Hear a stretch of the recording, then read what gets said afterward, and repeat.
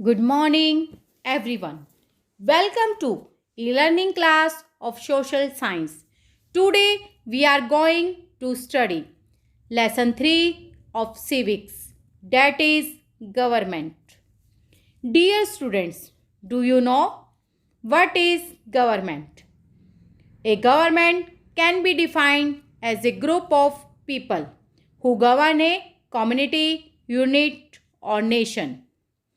Every country needs a government to manage and administrate a nation and its affairs. It lays down rules, makes major policies and decisions, aids in smooth working of a society, regulation of social and political activities in orderly manner. Now we will read about the organs of the government. Central Government of India has three organs: the legislature, the executive, and the judiciary. The function of the legislature is to make laws. The executive is the organ that implements the laws. The judiciary makes sure that the laws are obeyed. Functions of a government.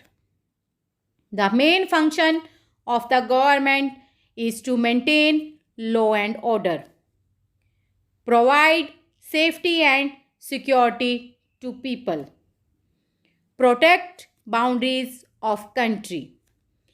It looks after the welfare of people by providing health services, education, etc. Developing infrastructure of country, for example construction of roads, bridges, etc. Eradicating poverty, diseases, and unemployment. Maintain peaceful relations with other countries. It takes relief measures for people affected by natural disaster such as floods, earthquake, etc. There are three levels of the government in India.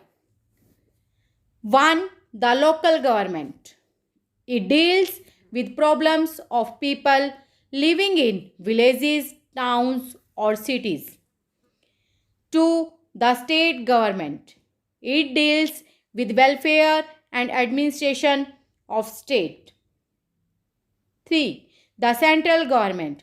It deals with problems and welfare for the whole country. Sources of money for government. To perform its function, government needs money, which is collected from the public in the form of taxes. For example, sales tax, income tax, etc. Now we will read about the forms of a government. Democratic government. It is the most popular form of government. Democracy is government where most citizens can vote and elect people to rule the country in a certain way. Our very own country, India, has this kind of government. There are two main types of democracy. 1. Direct democracy. Every citizen votes for every decision the government makes. 2. Representative democracy. Citizens vote for people who will make decisions in government. Monarchical government. In this type of government, a monarch, that's a king or a queen, has the absolute power to run the country. In this type of government, people do not have the right to choose the ruler. Bhutan, a neighbor of India, has this form of government. Dictatorial government. In this form of government, all the powers rest in hands of one person or a small group of people. Countries like Egypt and Syria has this form of government: parliamentary government.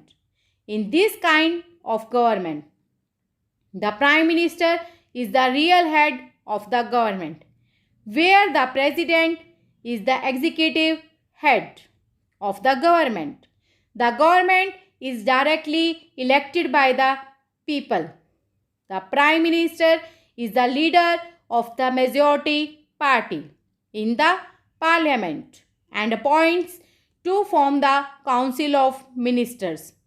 Thus, there is a close coordination between the legislature and executive. Federal government. In a federal form of government, power is divided between the center and states. The division of powers lie with the constitution. Usually, the center and state governments enjoy equal powers.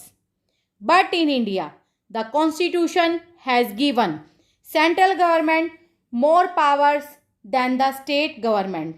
That is why we say that India is a centralized federation. Universal adult franchise.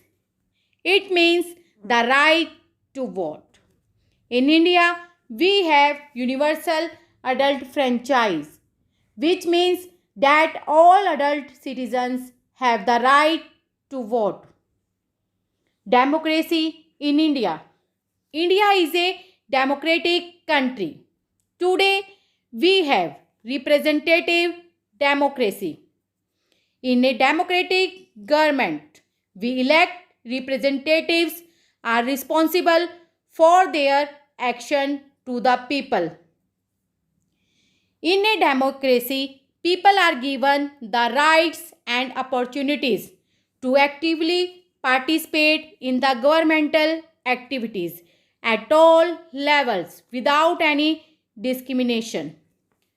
So, students, for a better understanding, read the lesson twice, do bookwork, and write question answers in your fair notebook of social science. Thank you and have a nice day.